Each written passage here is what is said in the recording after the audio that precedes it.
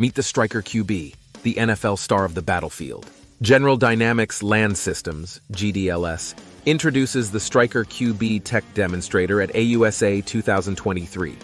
StrykerQB is designed to function as the quarterback in land combat, leading robots as its teammates.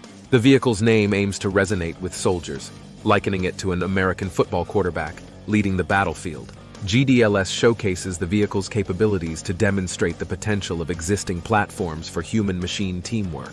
Instead of the typical one-to-one or one vehicle-to-two robots control, StrykerQB can manage multiple robots simultaneously.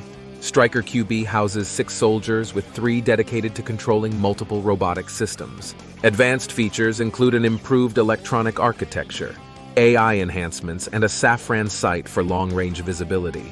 The vehicle uses a hybrid electric system and offers a modular setup for any active protection system integration. A prior tech demonstrator, the Stryker X, laid the groundwork, but the QB offers significantly more advancements. The current goal is to integrate the StrykerQB into Army experiments in the 2024 and 2025 timeframe.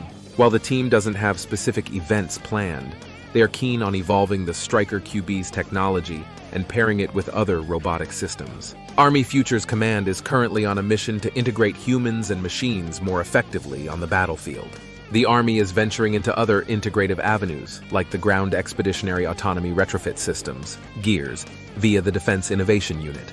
Overall, the StrykerQB represents the future of warfare, blending traditional combat with cutting-edge robotic assistance.